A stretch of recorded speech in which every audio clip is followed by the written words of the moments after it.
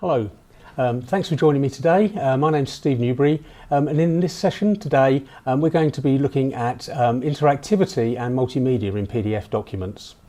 Interactivity has been part of Acrobat and PDF since the very early days, so 20 years effectively, so it's surprising really that we don't see more documents with interactive elements.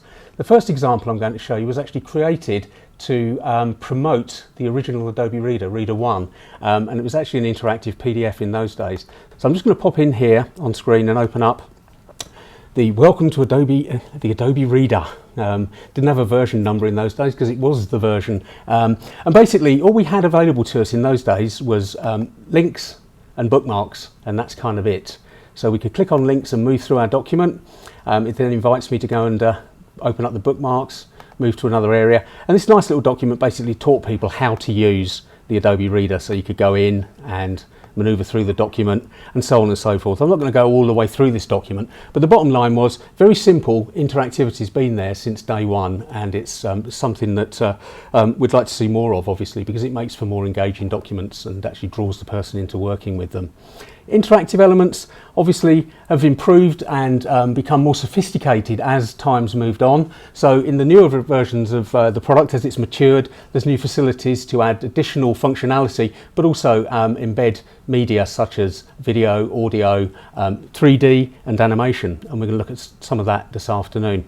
The next example I'm going to show you is one that was created by a guy called Harry Hamus.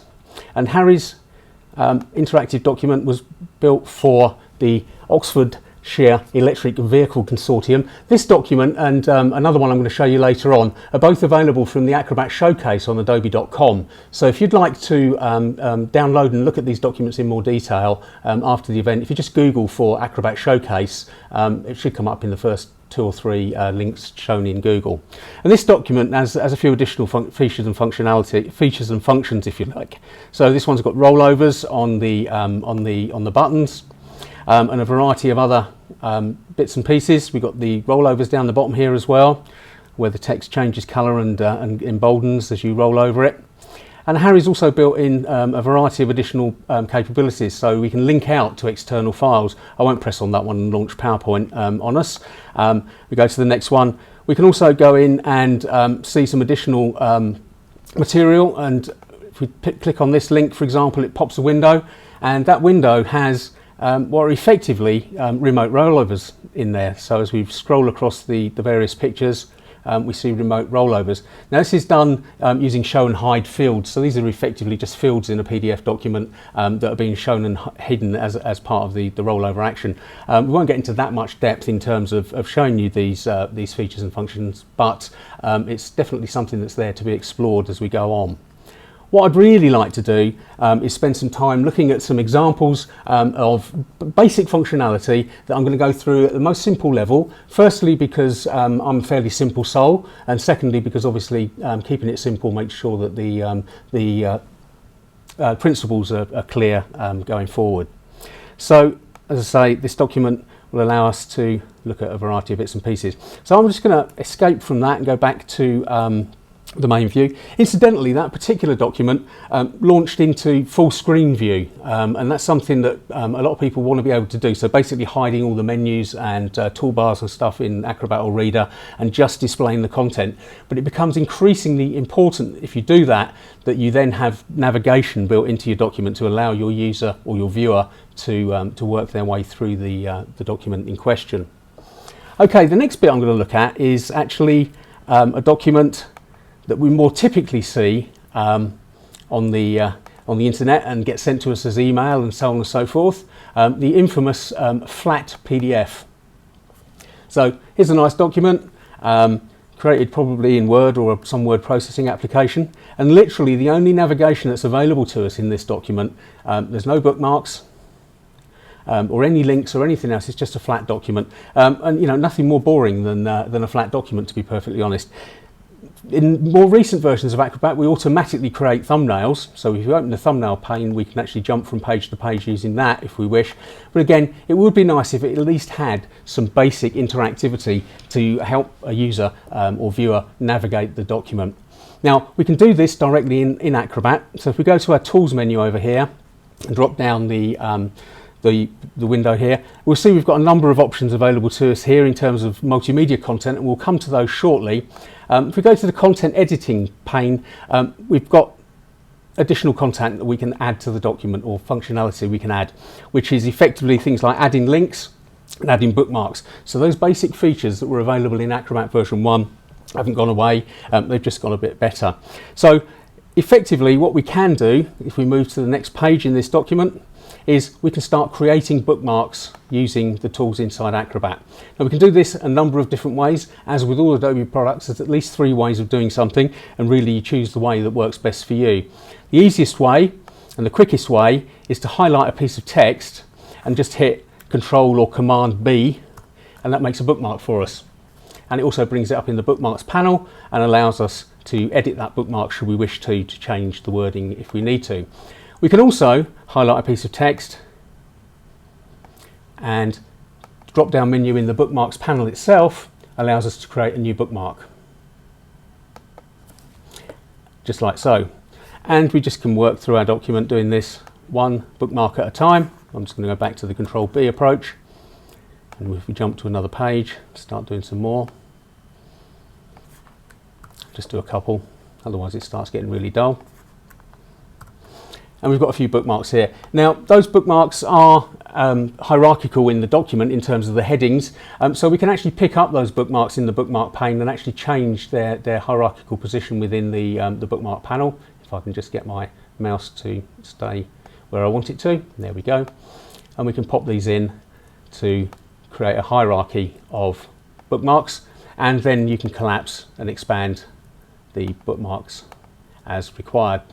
So we can then jump backwards and forwards to the relevant places within our document very quickly and very easily. So very straightforward and very quick way to add bookmarks to a document that doesn't already have them. The same thing applies to links. So if we want to add a link to this document, for example, I'm just going to assume that we've got a web URL or something like that here. If we say add link, what we can then do is basically draw a box around the piece of content that we want to use for that link. So just pretend that this is a web URL or something like that.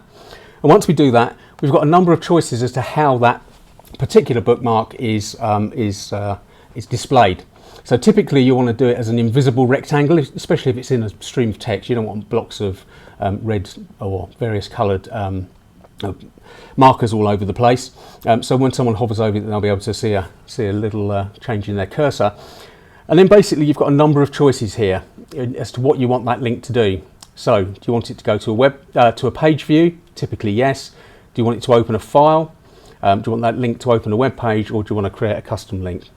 We'll just settle for go to a page view, because this is quite a nice one. And literally what we can do then is say next, and then you get a dialog asking you where you actually want that link to link to. So what we'll do is we'll just navigate through the document to another page, get down onto say page 6 here, and what I'm also going to do is then zoom in on a section of that page and set the link. So now when I hover over my link up here, my cursor changes to a pointy finger. If I press on that, it takes us straight to the link in the document and zooms the page to the specific zoom level that we indicated in that particular link. So really quick, really easy to do, but it can be a lot easier if you choose to use other authoring tools, if you like, to create your original document. So while you're creating your document using something like either Adobe InDesign or Microsoft Word, for example, you can actually build a lot of this functionality in so that it's actually already in your PDF when you open it in Acrobat to begin with. So what I'm going to do is I'm going to pop out of Acrobat and just not save that one, and open up a Word document. And yeah, we'll do this one. Now, while I was authoring this Word document, I did a couple of things. One is I used styles while I was creating the document, so I've got styles for headings, subheadings and so on and so forth. And what Acrobat's PDF Maker for Microsoft Office for Windows will do is use those headings and so on and so forth as a basis for building things like your bookmarks. You can also use your headings to build things like tables of contents in Word. And again, if you do that, the PDF Maker will translate the TOC links, such as these here, into interactive links in the resultant PDF as well.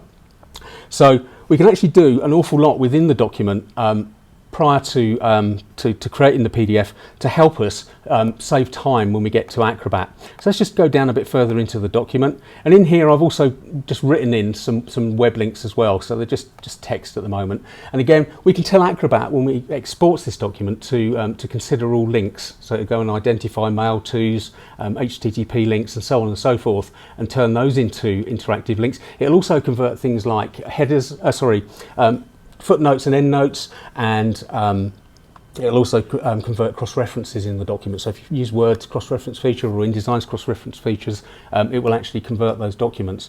And all we need to do then to create an interactive PDF directly from Word is choose the Acrobat ribbon bar, which gets installed when you install Acrobat alongside Microsoft Office. And we'll look at the preferences first, because there are a number of options we've got here. And you can see we've got a button here that says create bookmarks, add links. We've got those checked. It's also got enable accessibility and reflow with tagged PDF. And what this will do is use the implied structure of the document based on the headings and what have you to also make this document accessible when it comes out as well. So accessible for people with disabilities, for example, which is another important feature that we'll probably cover in another seminar at another time, which is really important when you're creating documents to be delivered to the public. Under here we've also got the tab for Word, and this will allow us to choose things like converting footnote and endnote links. It'll also allow you to create comments in the PDF document based on the displayed comments in the Word document as well. So there's a bunch of other things there, and you can control how those bookmarks are created. At this stage we're just using convert Word headings to bookmarks, so anything that's signified as a heading in the styles list will be converted to a bookmark. But you can also go convert Word styles to bookmarks, so it converts all of them, and then you can go in and choose by selecting and deselecting the boxes which ones you actually want to be converted into bookmarks. So let's just quickly say OK to that, pop up here, say create PDF. We get the PDF Maker dialog. I'm just going to pop this file to my desktop and give it a different name. At this point we can also add security to the PDF document as well if we want to directly while saving it in Word, but we won't do that at this stage. But again, that may be an important consideration if you're actually delivering a document that you don't want to get changed or modified by the recipients. Okay, and that very quickly basically scanned through that document, looking for links, looking for headings to convert to bookmarks, going through that table of contents and building out an interactive table of contents. And now we have our resultant document. And if we dive straight into the bookmarks panel now, we'll see we've got a complete hierarchy of bookmarks based on the headings in that document.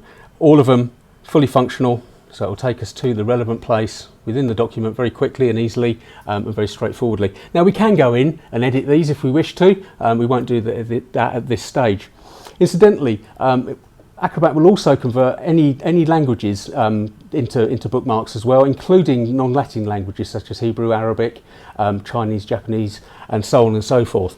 So that all those languages are supported as well as part of the bookmark feature. What it's also done, if we go back to that first page there, is it's also converted those web links that I'd got here. So if I hover over here now, it will actually take me to the relevant pages that are linked out from these documents. So if I click on that, for example, it will launch web browser and take us out to, in this case, acrobatusers.com. This is a useful aide-memoire for me because acrobatusers.com along with tv.adobe.com are two of the best resources for learning about Adobe products and Acrobat users specifically for Acrobat, of course. There's loads of tutorials, loads of forums here and so on and so forth. So it's a real community with lots and lots of tutorials, quick tips and all sorts of things that you can use to learn the product once this session's over. So that was really quite straightforward now. So we've got what is effectively an interactive document here, but what we might want to do is also build in some additional interactivity to this document. So I'm just going to go to the full page view here. We might want to add, for example, some navigation buttons to the actual page itself. So really quick and easy to do. If we go to our interactive objects section here, I'm just going to zoom into the bottom of the page so that I can see what I'm showing you. So here we go. And I'm going to say add button. And basically that gives me a default button shape. You can modify the size, shape and everything else of this. And I'm going to place this at the bottom of the page. And we can now give that button a name. So I'm just going to call that previous or something like that. And then say show me all the properties for this particular button. Now we've got lots of control over how this button is displayed and also what it does when we press it. So in this case we'll decide that it's going to be a visible form field or a visible field. Button is just a field. We can change the orientation so we can rotate it if we wish. We won't bother with that just now. We can then dictate what the appearance of this button will be. So in this case it's not going to have a border. It's going to have a fill colour in this case of grey, but perhaps we'll do something a bit different and make it lilac or something just to be different. We can dictate what font and size and what the text colour will be as well. So we've got control over, again, all that type of thing. Positioning is specific, so you can go in here and actually type in specific positioning if you wish to. So if you want to match buttons in various locations so they overlap one another and things like that, you can actually type in the numbers rather than trying to do it by eye. But this is where it starts getting interesting around the options. So the options in this case is a button with just a label, and the basic behaviour is to invert that button when you press it. And that's kind of it. So we need to give it a label, and we'll call it, I don't know, previous, if I can spell, previous page, and say close at this. Well, won't actually, we'll go to actions because otherwise it won't do anything. At this point you can choose how to trigger that action. So whether it's on mouse up, mouse down, enter, blah blah blah. We'll choose mouse up, and what we're going to ask it to do is actually go in and execute a menu item. But we've got a whole host of choices here, including going to a page view, multimedia views, opening web links and so on and so forth, and we'll touch on those as we go through the session. But I'm just going to set off a execute a menu item, click on there, and then it gives you all the menu items that your button can actually trigger. So in this case I'm going to say view page navigation, or view page navigation previous page, and say OK to that. Now that's going to be useful obviously in conjunction with the next page button as well. So we'll just close that for a moment and create ourselves yet another button, and we get some nice little lines here that help us line things up. So we'll just click on that and see if I can get it in the right place, and we'll just call that one next. All properties, general, that's fine. And we can also type tooltips in here, so when you hover over the button it'll actually tell you what the button does. So we pop that in there, change the appearance, so let's go for that nice little lilac colour again, leave the font the same, leave the position the same. In the options here we'll just say next, and for the action execute a menu item, and we'll go to next page and say OK to that and close. Now at any point we can, with the interactive objects open and select object selected, we can double click any object on our page and get back to those properties so we can change things. And what I'm going to do back is go back actually and change the label for previous page to just previous so it fits in the button, and say close to that. And now I'll just go back to my hand tool. So now we've got our previous and our next page buttons. And that's great. So when I click on next, it takes us to the next page. Whoopie-doo. But what do we do when we get to the next page? Well, actually, it's got no buttons on it. So I'm just going to go back to the previous view, and previous again. Get back to my buttons. These buttons can be selected and duplicated across multiple pages. So if I select those, right click, duplicate across pages, click on that, say all pages, OK, and now I will have buttons on every single page of my document, and I'll go previous and next. Now of course you could create additional buttons to say back to beginning, take me to the end, and so on and so forth if you wanted to. In the interest of time we won't do that now, because what I want to show you is what else we can do with buttons.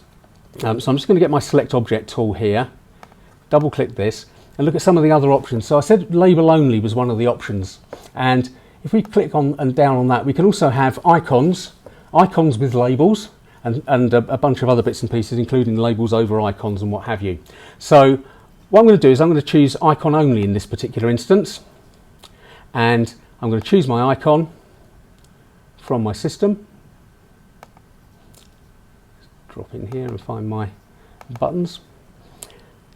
My buttons are PNGs. Now buttons can be created, or the icons for buttons can be created in a variety of formats. They can be tiny PDF documents in their own right, which is the default on here. Those can't be any smaller than 1 by 1 inch, or about 2 centimeters square. But obviously you can resize them to whatever size you want to place on your page. But you can also choose any number of other formats here. Mine are actually in PNG format. So I'm just going to choose a left arrow button here and open that. That's okay, I'm satisfied with that. What I also need to do is change the appearance of that, because I don't want a fill color now. So I can turn the fill color off. So now the border around that button disappears completely, and we can say close to that. And do the same thing for our next button. Turn off the color. Go to our options, choose icon only, and choose an icon.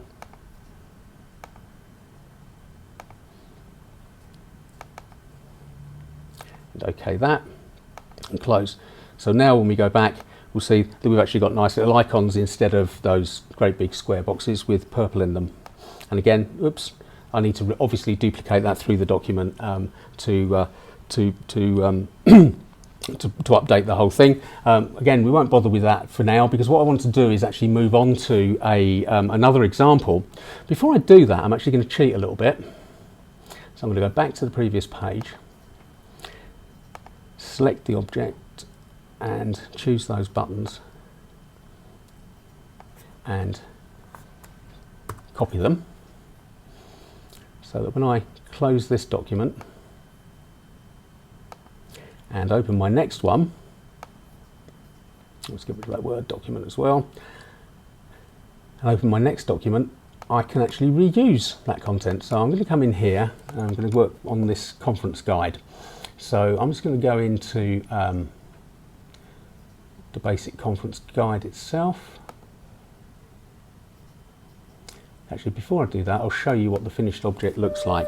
Now, this one here, you may be able to hear it now, is playing some audio and sound out of this particular document. So this has got embedded sound as part of the document. It's also got a button down here that lets us start viewing the document, and the audio should now have stopped, simply because I've actually set a trigger that plays it when the page is displayed and turns it off when that page is not in view, so it doesn't irritate people to death. We've got interactive table of contents, we've got built-in video, we've got our buttons to go next and previous, and we've got a button here to take us back to the table of contents as well. So nice and easy to navigate this document. So let's have a look at how this particular document's put together. So I'm just going to escape out of there, close that one, and open a start from the starting point. So I'm going to choose to actually build this document from a couple of PDF documents. So in this case, I'm going to just pop Acrobat on screen here, and I'm going to say combine files into PDF. Now, this will actually allow you to combine documents of various formats, so they don't all have to be PDF documents. They can be Word documents, PowerPoint presentations, Visio slides, images, and so on and so forth. But I'm just going to add a couple of PDFs to this particular example.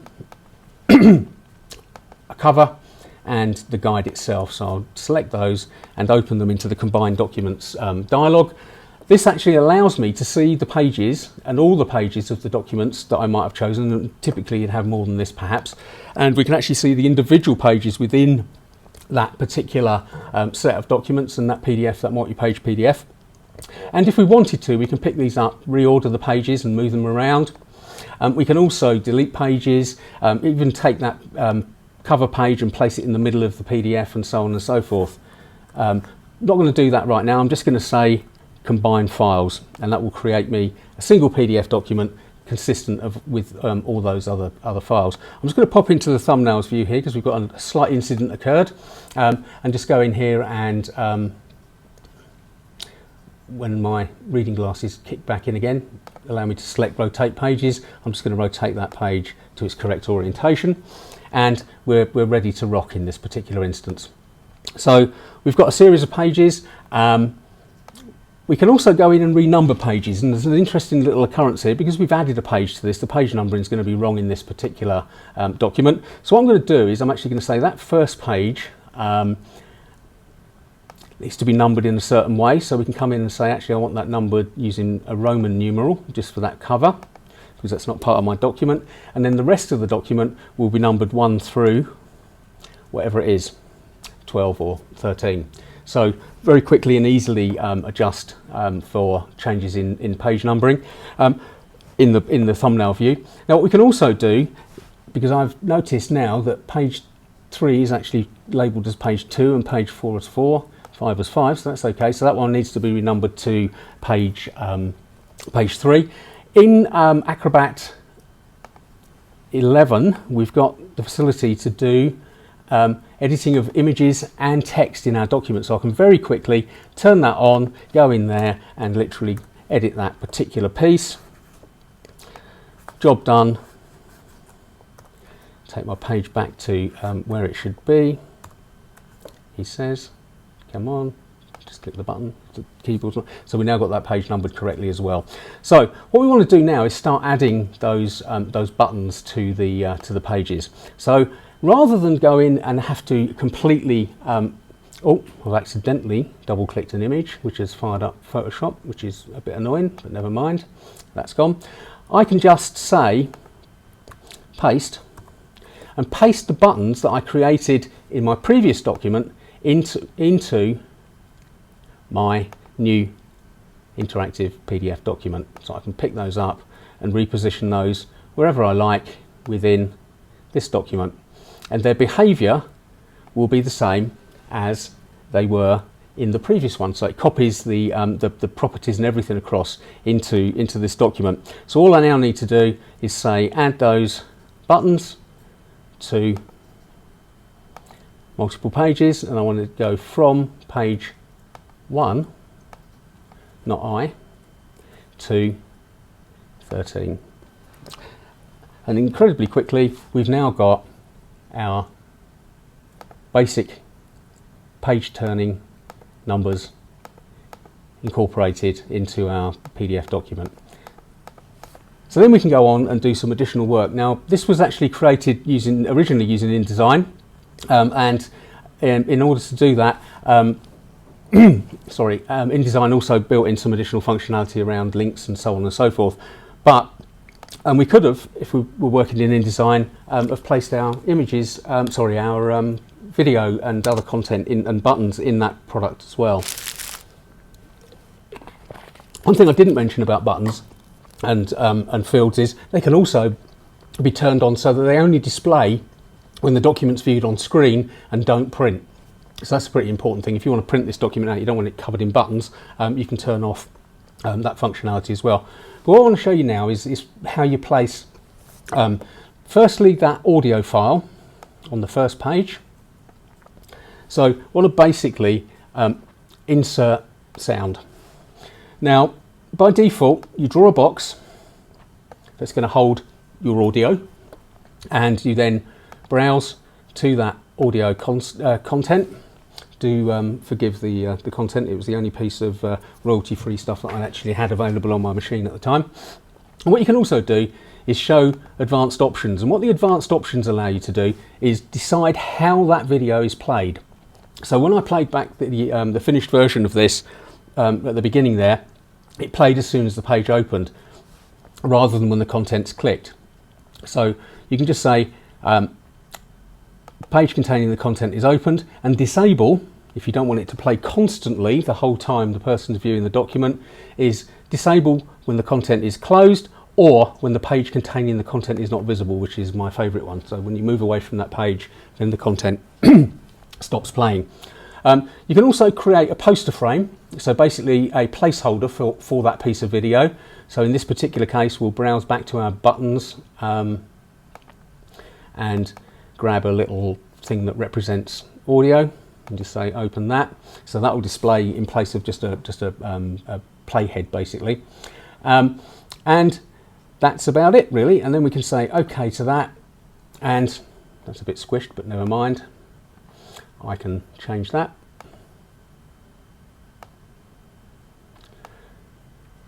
And now we've got an indicator, if you like, for that audio. The only disadvantage with audio is when you play it, so let's just move off this page and back onto that page, it pops that up on the screen, and then you've got your controls, which in this case are redundant because we don't need them. So what we can actually do with the audio, which is really nice, is with our select object tool, is we can actually make that placeholder for that audio as small as we like. So we can make it really, really, really tiny because we don't need access to the playheads. Just keep it big enough to be able to actually get hold of it, he says, like so.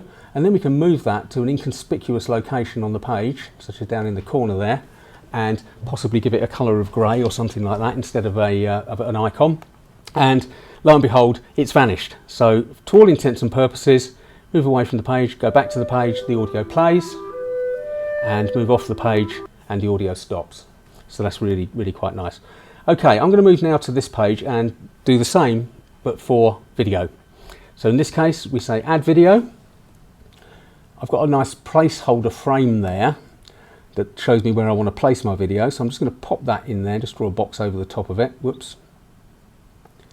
And again, we get a very similar dialogue here. We can browse for our video content. Find the Mayor Lady's content. Now the content needs to be flash video or H.264 encoded, MOV or MPEG video. So you can place any of that content, or you can use the Adobe Media Encoder to convert it, or a converter tool of your choice if you don't have access to the Media Encoder. Again, we've got those same level of advanced options. So in this case, we're going to say, again, when the page is containing the contents visible, turn it off when it's not visible, but we can have a click on it if we wanted to. Play the content on page, so actually in the page, or you can have it pop out into its own floating window. In this case, we don't want to do that. We want it to actually play in situ on the page with no border, and I don't want the first frame of the video to show us the poster frame. So again, I'm going to choose an image of the mayor to place over the top of the video. So when it's displayed initially, it displays badly because I got the thing the wrong size, but never mind.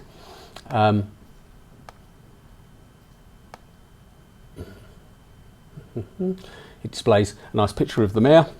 And if we move back to our hand tool, move to the front page, sorry about the cheesy music, back onto that page, that video will immediately start playing. Hello, and it's my pleasure to welcome you to the if we third hover annual over Meridian Conference. the video, we Thank get the you play for your commitment to this year's controllers, event. so we can change I'm things pleased like to let you know that the audio, so I'll turn that off for now. And we've got the normal sort of DVD type controllers for pausing and stopping and starting the video, just as we would have elsewhere. Now you do have control over those as well. So if we go back to our select object tool, double click, we can go to controls, and you can control which controls you make available. So if you don't want people to be able to turn that video off, you want to force them to listen to it from the beginning to the end, you can say none, and then you've got no control over it apart from closing the file, which is probably a bit extreme. But you've got a whole bunch of options here available to you, and you can control what colour they are and so on and so forth. And in terms of the video itself, we haven't got any actions here, but if the video had got chapter points built into it, you can actually use those chapter points in conjunction with buttons to allow you to jump to specific points in the video from within your PDF document. So, job done on the video front. So what else can we add in here? Well, again, you can create buttons to control media content on the page if you want. So, for example, we could say add a button under the video, and we call it play, and all properties, and we'll just leave it as label only, just call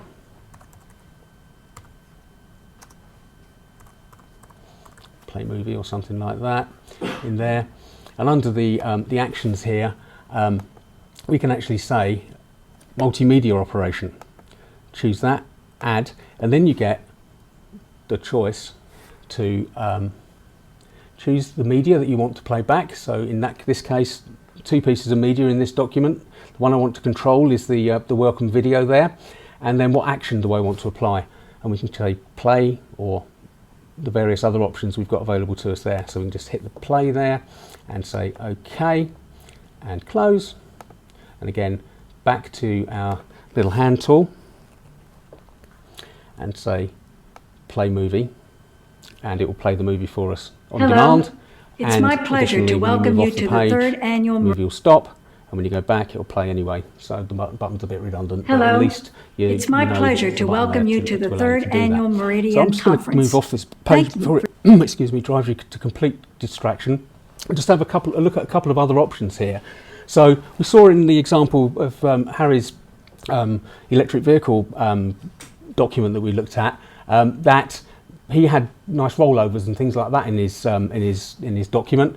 You can create those as buttons as well. So if we just add a random button here, I'm just going to just create a button, make it a certain size, make it a square one for a change, like so. Go into the properties, and in here under options, what I'm going to say is instead of label only, I'm going to say icon only, and instead of invert, I'm going to say push. And what push does is it gives us the options for the rollovers now, so the up down states and the rollover state, and we can then go in and choose an icon for each of those. So in this case I'm just going to pop in here, and again from those buttons, hopefully I'm just going to choose.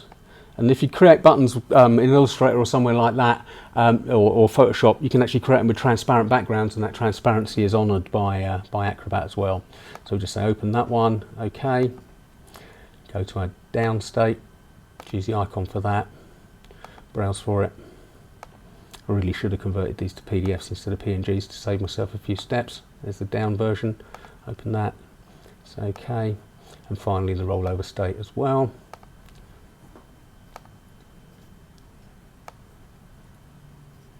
And there we go, open that, say OK. And before I close, I did say that transparency was honoured. It's transparent on a grey background here, but what I'm going to actually do is go back to that appearance, turn off the default grey background for that button, and close. And now if I go back to preview this, if I hover over it, we'll see that the edges blur, and if I press down, the state changes as well. So we can create rollovers very quickly from the 3 state images created in Illustrator, Photoshop, or wherever, or even cut out from an existing PDF document.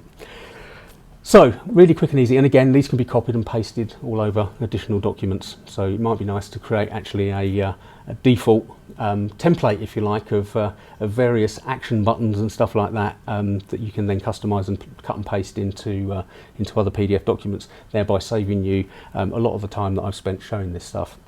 Right, the next stuff I want to show is a little bit unusual, in the sense that you can also embed other media content, as you've probably gathered from the buttons on the side there. See if I can find a fairly empty page here and just jump to that. Well, that'll do for now. You can add flash animation. Now it doesn't just have to be flash animation, it can actually be interactive flash content. So if it's a flash application effectively, like a complete user experience, you can actually embed that into a PDF document. And in fact, the final example I'm going to show you this afternoon is actually of a document that is a single page PDF with a Flash application built into it. So literally it opens as a PDF in the free reader and displays as a fully interactive document, but actually doesn't include any of this. It's all done in Flash, so it's a bit of a cheat really. And we can also add 3D content as well. So I'm just going to add a really simple piece of Flash content here. Just going to draw myself a little box here. Again, same dialogue as we had before. We can browse through and choose ourselves a piece of content. I'm just hoping I've put it somewhere sensible so that I can actually find it, which I clearly haven't. Just bear with me for a second. Oh, there it is. It's in a folder called Flash. How about that? Flipping heck. I'm just going to do a little animated logo thing here and say OK to that, and I'm just going to go with the absolute defaults in this particular case. So it's just going to place the little logo at default size with a little play button to say click to activate next to it. But again, you can hide that stuff. You can have the same level of control over it as you've got with the others, where it plays when the page is opened and so on and so forth. But in this case, I'm just going to click to activate and it will go off and play back the little animation in the corner of the screen there quite nicely. So very straightforward and easy. And again, if we wanted to change the behavior, double click it, go in, and then we can say, you know, not when the content's clicked, but when the content is opened, and stop when it's not visible, and so on and so forth. Play the content on the page and so on, and say OK. And then when we go off the page and back on the page, he says there it is, just plays back without any of the controls and stuff like that. So again, nice way to just have a nice little bit of animation or an entire Flash application. The other thing is adding 3D content. Now there's some pretty sophisticated examples around 3D content that have been developed. This is going to be a really simple example because, as I said before, I like to keep it simple. I'm just going to draw a little box here and place some 3D content. Now 3D content really needs ideally to be in U3D format, so it's universal 3D. Some applications can export that natively, or there are tools out there that allow you to basically transcode it, if you like, into another format. So from, say, Wavefront OBJ format into U3D. So I'm just going to go in here again and just say browse for content and find myself some 3D content. In this case, it's another piece of free stuff that I found. It's a little starship thing. And lo and behold, we've got our 3D content in here. And when we click to activate the 3D content, it also activates the 3D controls. So we've got a lot of control over lighting and all sorts of other things in this particular piece of 3D. And then we can actually manipulate the object itself on the screen using the various controls available to us. And you can change things, as I say, like the lighting and the background and all that sort of stuff. So we can have primary colour lights on this. Look at that, isn't that lovely? Change the colour of the background to, I don't know, white, and so on and so forth. So you can actually go in there then and manipulate your 3D model in a variety of ways. And if the 3D model's got additional functionality in it, that functionality can be linked back to buttons. So for example, multiple different types of view, in this case there aren't any, but if there are defined views in the 3D model associated with it, you can actually create buttons that take you to that specific view of the model. And I'll show you a quick example in a moment before we wrap up that takes this to the probably one of the highest levels, if you like, in terms of how 3D is displayed on the page. So that was a really quick overview of interactivity and multimedia content in PDF documents using Acrobat. As I said, other tools like Adobe InDesign actually have functionality built into them to allow you to author interactive content directly while you're creating your documents in the first place, and then export that to PDF. And you can add additional functionality inside of Acrobat itself. I'll just show you one of those 3D examples that I mentioned. And then I'll show you the Flash PDF that I mentioned that was created to promote a television series. So 2 ticks while I get back to my 3D folder here. And which one should I choose? I think I'll choose the projector. This is basically a fancy order form that's been built to support a fictional projector. And in this case, the 3D content is activated on opening the document, and we can come in here and manipulate the projector and turn it round and turn it over. If I knew what I was doing, it'd be really helpful. but we can see the projector from all different angles and so on and so forth. But then we can also use these buttons over here to take us back to the default view or show us an exploded view.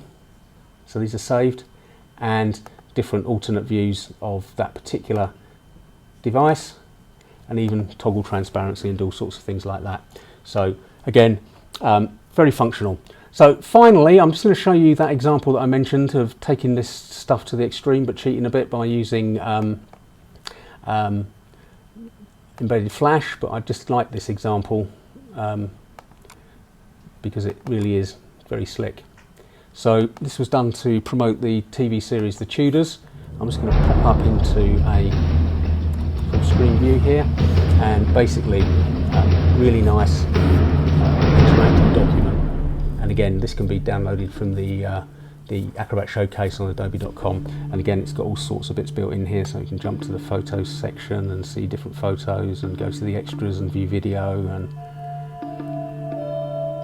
so on and so forth. So it will play back video content, select the video you want. As far as I'm concerned, our marriage is at an end. I want a date. So this is a really nice example. I can stop the video, there we go, and go back to the season overview, escape out, and so you can look at those two documents that I used as examples for yourselves just by navigating to the Acrobat Showcase on adobe.com. Okay, that kind of wraps up the kind of overview and tutorial part of the session. I'll just open things up now to some questions, and we'll do our best to answer those for you. Okay, so if no one's got any questions, we'll end it there, and the video will be made available in due course for reviewing at your leisure. So thank you very much for your time and attention this afternoon, and look forward to talking to you again in the not too distant future. Thank you.